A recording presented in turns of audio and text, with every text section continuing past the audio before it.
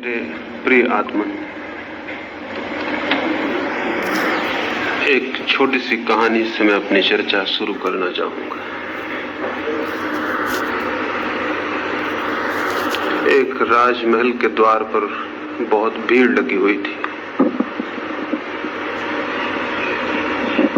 भीड़ सुबह से लगनी शुरू हुई थी, दोपहर आ गई थी और भीड़ बढ़ती चली गई थी। जो भी उस द्वार पर आके रुका था वो रुका ही रह गया था। वहां कोई बड़ी अभूतपूर्व घटना घट गई थी और जिसको भी राजधानी में खबर लगी वो भागा हुआ महल की तरफ चला आ रहा था। सांझ भी आ गई। करीब करीब सारी राजधानी महल के द्वार पर इकट्ठी हो गई थी। लाखों लोग इकट्ठे थे। उस द्वार पर सुबह सुबह एक भिक्षु आया था और उस भिक्षु ने राजा से कहा था, मुझे कुछ भिक्षा मिल सकेगी? राजा ने कहा था, कोई कमी नहीं है, तुम जो चाहो मांग लो। उस भिखारी ने एक बड़ी अजीब शर्त रखी। उसने कहा कि मैं भिक्षा तभी लेता हूं जब मुझे ये आश्वासन मिल जाए, ये वचन मिल जाए कि मेरा पूरा भिक्षा पात्र भर दिया जाएगा। मैं अधूरा भिक्षा पात्र लेकर नहीं जाऊंगा। तो यदि ये वचन देते हो कि मेरा पूरा भिक्षा पात्र भर देंगे तो मैं भिक्षा लूं, अन्यथा मैं किसी और द्वार पे चला जाऊं। ऐसा शर्त वाला भिखारी कभी देखा नहीं गया था और ये शर्त कोई इतनी बड़ी भी न थी कि राजा के द्वार से उसे लौटना पड़े। राजा हंसा और उसने कहा, तुमने मुझे क्या समझ रखा है? क्या मैं तुम्हारे इस छोटे से भिक्षा पात्र को न भर सकूंगा? शायद तुम सोचते हो कि मैं धान्य में कुछ कम हूं और एक भिखारी का भिक्षा पात्र भी न भर सकूंगा।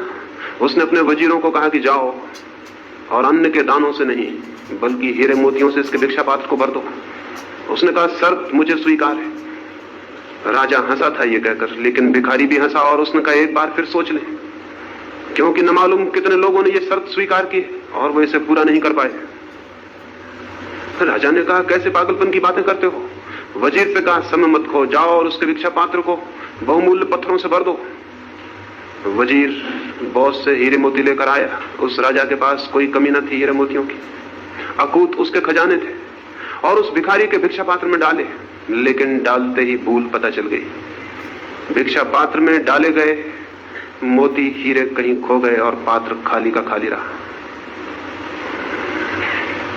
फिर और लाकर डाले गए, फिर और लाकर डाले गए और वे जो अकूत खजाने थे वे खाली होने लगे। सुबह की दोपहर आ गई, भिक्षा पात्र खाली का खाली रहा। राजा घबरा आया। कठिनाई खड़ी हो गई थी। वचन दिया था, लेकिन न मालूम कैसा था ये भिक्षा पात्र। सांझ हो गई। राजा भी अड़ा हुआ था कि भर देगा उसे, लेकिन राजा भी छोटा पड़ गया। भिक्षा पात्र बहुत बड़ा था, वो नहीं भरा और सांझ आखिर राजा को उस भिक्षु के पैरों पर गिर जाना पड़ा और माफी मांग लेनी पड़ी। उसने कहा, मुझे माफ कर दें, भूल हो गई, लेकिन मैं ये पूछना चाहता हूं और ये उत्तर मिल जाएगा तो मैं समझूंगा कि मैं माफ कर दिया गया। ये भिक्षा पात्र क्या है? ये कोई जादू है? ये क्या है रहस्य? ये क्या है मिस्ट्री? छोटा सा पात्र है और भरता नहीं है और मेरे खजाने खाली हो गए। उस भिक्षु ने जो कहा, उसने कहा, न तो कोई जादू है और न कोई रहस्य है। मैं एक मरघट से निकलता था, एक आदमी की खोपड़ी पड़ी मिल गई, उससे ही मैंने ये भिक्षा पात्र बना लिया और मैं खुद ही हैरान हो गया, ये भरता नहीं है। सच्ची बात यह है, आदमी की खोपड़ी कभी भी भरी नहीं है। उस राजमहल के द्वार पर यह जो घटना घटी थी, कोई रहस्य नहीं है इसमें, कोई मिस्ट्री नहीं है। हम सब जानते हैं कि हमारी खोपड़ी भरती नहीं है। मनुष्य का मन कुछ ऐसा बना है कि भरता नहीं है और मनुष्य को मन के भरने की जो दौड़ है वही संसार है। और इस सत्य को जान लेना कि मनुष्य का मन भरता नहीं, धर्म की शुरुआत है, धर्म का प्रारंभ है। धर्म से मेरा कोई संबंध हिंदू और मुसलमान और ईसाई और जैन से नहीं है। ये धर्म है भी नहीं। अगर ये धर्म होते तो दुनिया धार्मिक हो गई होती। कोई हिंदू है, कोई मुसलमान है, कोई जैन है और इस होने की वजह से ही वो धार्मिक नहीं है। धार्मिक होना कुछ बात ही और है। धार्मिक होना एक आंतरिक क्रांति है, एक रेवोल्यूशन है जो चित्त में घटित हो जाती है। उसका कोई एफिलिएशन से, कोई ऑर्गेनाइजेशन से, कोई संगठन, किसी मंदिर और चर्च से कोई वास्ता नहीं है। धर्म का संबंध है मनुष्य के मन से। अगर कोई मंदिर है तो मनुष्य का मन है, और अगर कहीं कोई सत्य और परमात्मा है तो वहीं खोजा जाना है। जो किन्हीं और मंदिरों में खोजते हैं वे भटक जाते हैं, क्योंकि वे सब मंदिर बाहर होंगे, और बाहर के मंदिर और बाहर के मकानों में कोई फर्क नहीं। भीतर है कोई, और वो भीतर जो मंदिर है उसकी खोज उसी दिन शुरू होती है जिस दिन ये भ्रम टूट जाता है कि इस मन को भरने की दौड़ व्यर्थ है, ये दिखाई पड़ जाता है। जब तक हम इस मन को भरने की दौड़ में होते हैं तब तक न समय होता, न फुर्सत होती कि हम उसे खोजें जो भीतर है। क्योंकि मन की इस दौड़ को भरने के लिए हमें बाहर दौड़ना, भीतर जाना नहीं मिलता, समय नहीं मिलता, सुविधा नहीं मिलती। मन को भरना है तो बाहर दौड़ना पड़ता है, और परमात्मा को जानना है तो भीतर। जो बाहर दौड़ रहा है वो भीतर नहीं देख पाए, इसमें कोई आश्चर्य नहीं है। हम सब बाहर दौड़ रहे हैं, और हम सबका आज तक का भी अनुभव वही है जो उस राजमहल पे उस राजा को हुआ था। हम में से कौन कितना भर गया है?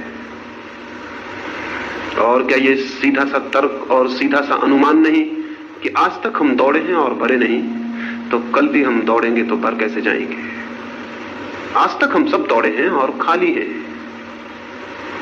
लेकिन कल की आशा दौड़ाई चली जाती है कि कल भर जाएं शायद, और दौड़ें, कल शायद वो फुलफिलमेंट मिल जाए, वो पूर्णता मिल जाए जिसकी तलाश और खोज है।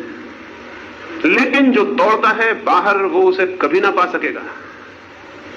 शायद मनुष्य के निर्माण के समय ही कोई बात हो गई जिसकी वजह से ये नहीं हो सकता। मैंने एक बड़ी काल्पनिक कथा सुनी है। मैंने सुना है कि परमात्मा ने आदमी को बनाया, और ये आपको पता है, आदमी को बनाने के बाद उसने फिर कुछ भी नहीं बनाया।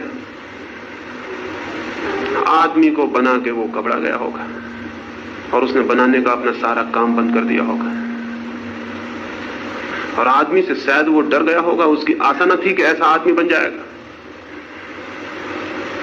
और शायद पुरानी कथा है, वो इतना डर गया अपने ही बनाए हुए आदमी से कि उसने देवताओं से पूछा कि आज नहीं कल ये आदमी मुझे परेशान करने लगेगा, मुझे कोई छिपने की जगह बता दो जहां मैं छिप जाऊं और ये आदमी मुझे न खोज सके। तो अलग अलग सुझाव आए, बड़े प्रस्ताव आए। किसी ने कहा दूर हिमालय में पहाड़ों में छिप जाओ। परमात्मा हंसा और उसने कहा जो आदमी है हिमालय इसके लिए बहुत दूर नहीं है, ये वहां पहुंच जाएगा। किसी ने कहा चांद तारों में छिप जाओ। परमात्मा ने कहा थोड़ी बहुत देर छिपे रह सकते, लेकिन यह आदमी जैसा मैंने बना लिया है ये वहां पहुंच ही जाएगा।